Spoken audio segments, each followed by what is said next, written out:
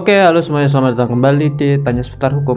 Ya, untuk kali ini saya akan menjelaskan bagaimana langkah terbaik jika anggunan Anda berupa rumah atau tanah akan dilelang oleh bank sebagai sebuah jaminan, maka sebuah anggunan bisa dilelang oleh bank. Jadi langkah terbaiknya jika memang anggunan Anda atau jaminan Anda itu mau dilelang oleh bank, langkah terbaiknya seperti apa sih? Biasanya hal tersebut sering banget terjadi ketika terjadi gagal bayar oleh kreditur kepada debitur, debiturnya bank, dan untuk anggunannya sudah diikat dengan APHT atau hak tanggungan, maka biasanya akan ada peringatan-peringatan sampai 3 kali. Ketika tidak ada, biasanya nanti akan dilakukan eksekusi atau pelelangan. Jadi langkah terbaiknya apa? Ketika terjadi yang namanya pinjam meminjam, transaksi pinjam meminjam uang antara bank, antara debitur dengan kreditur, itu biasanya kedua belah pihak sudah ada ikatan dan diikat dengan yang namanya ada sebuah jaminan sebagai bentuk keamanan oleh kedua belah pihak ya. Jadi nanti ketika ada hal yang tidak diinginkan atau terjadi kredit macet atau gagal bayar, nanti pihak debitur tidak akan dirugikan dengan tidak mampu bayarnya pihak kreditur terhadap debitur. Biasanya jaminannya berupa apa saja banyak, namun yang paling sering yaitu jaminan di bank itu biasanya sertifikat atas tanah, yaitu jaminannya berupa tanah dan bangunan seperti itu. Oke, untuk jaminan atas tanah, yaitu jaminan atas tanah dan bangunan ini ketika dijadikan sebuah jaminan ini pasti diikat dengan hak tanggungan, dan juga ada akte pembayaran hak tanggungan terhadap tanah tersebut, dengan tujuan ketika kreditur nanti gagal bayar atau tidak mampu membayar kreditnya atau hutangnya, nanti bank akan bisa memperoleh pembayaran dari penjualan anggunan tersebut, seperti itu ya. Jadi langkah terbaik apa sih sebenarnya jika Anda memang sudah mendapatkan teguran karena ada kemungkinan Anda tidak mampu bayar atau gagal bayar? Yang pertama, biasanya di bank atau di administrasi bank itu sudah biasa ketika ada yang namanya gagal bayar atau kredit macet, itu biasanya nanti ada upaya-upaya yang sudah sesuai SOP ya yang akan ditempuh. Yang pertama, Anda sebagai kreditur bisa mengajukan restrukturisasi, rescheduling atau apapun itu ya, pokoknya ada yang namanya 3R. Nanti bisa Anda ajukan kepada bank mengenai perjanjian kredit Anda, mungkin diperbaiki angsurannya atau dikurangi angsurannya, dikurangi bunganya, atau hanya dibayar bunganya terlebih dahulu atau hanya dibayar pokoknya terlebih dahulu. Itu pokoknya dimediasi dulu saja dengan pihak banknya, seperti itu. Namun pihak bank biasanya juga akan melihat kemampuan kreditur itu sampai mana. Misalnya kreditur itu sampai sekarang masih memiliki penghasilan namun penghasilannya berkurang, itu pasti nanti akan ada pertimbangan-pertimbangan oleh bank. Misalnya beda halnya ketika kreditur memang terjadi kebangkrutan total dan tidak mampu bayar sama sekali ya, bangkrut usahanya, nggak memiliki penghasilan sama sekali, itu nanti biasanya restrukturisasi tidak akan dikabulkan oleh pihak bank. Jadi nanti pihak bank juga akan mengaudit bagaimana keuangan pihak kreditur, nanti akan diaudit pendapatannya sekarang berapa, ketika terdampak hal apa seperti itu, nanti akan ada restrukturisasi terhadap kredit tersebut. Itu langkah pertama, Anda bisa mengajukan restrukturisasi terhadap pinjaman Anda.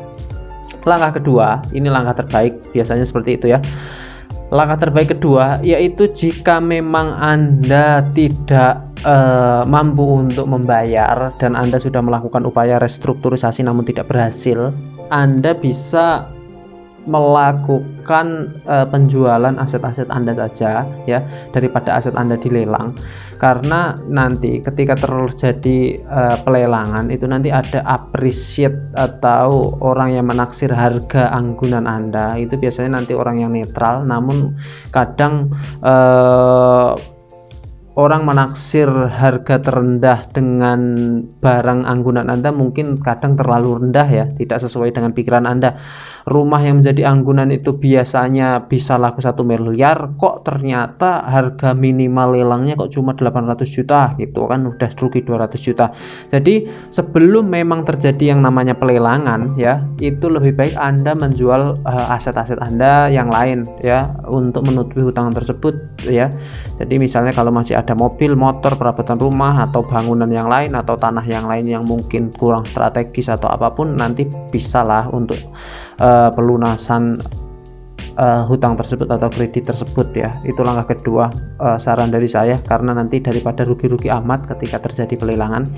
Dan langkah ketiga, yaitu ketika memang terjadi yang namanya pelelangan oleh bank karena sudah diperingatkan 3 kali namun tetap tidak ada pembayaran oleh kreditur, dan untuk anggunan ini juga sudah diikat oleh APHT ya, Akta Pembenahan Hak Tanggungan, dan sesuai dengan Undang-Undang Hak Tanggungan pasal 6, ketika terjadi gagal bayar, pihak pemegang anggunan bisa langsung melakukan eksekusi dan pelelangan melalui kantor pelayanan kekayaan negara dan lelang KPKNL setempat ya, nanti bisa diajukan ke situ.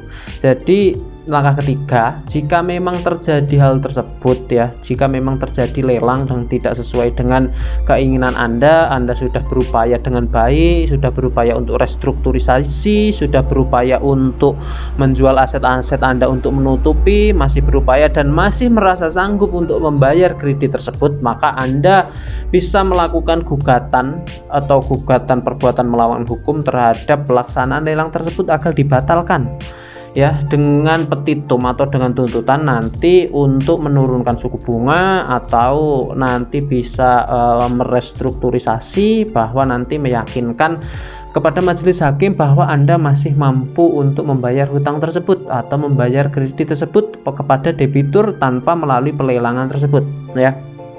Seperti itu. Anda bisa melakukan gugatan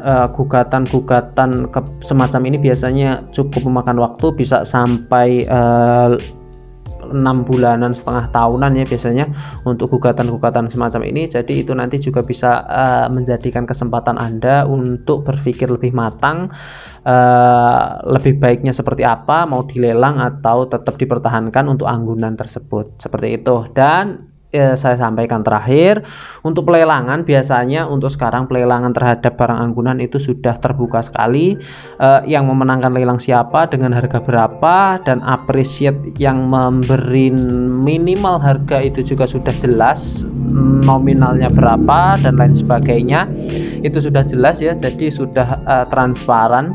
Jadi menurut saya ya sudah 50-50 ya antara debitur dan kreditur ya, yang intinya debitur juga tidak mau kalah terhadap pinjaman yang sudah diberikan, jadi tetap harus dikembalikan. Untuk barang yang sudah dilelang nanti atau anggunan yang sudah dilelang nanti, ketika ada kelebihan dari nilai lelang ya, misalnya hutangnya 500 juta dan barang lelangnya laku 1 miliar, maka kelebihan tersebut juga akan dikembalikan kepada kreditur, seperti itu. Jadi jangan khawatir mengenai ketika memang terjadi pelelangan.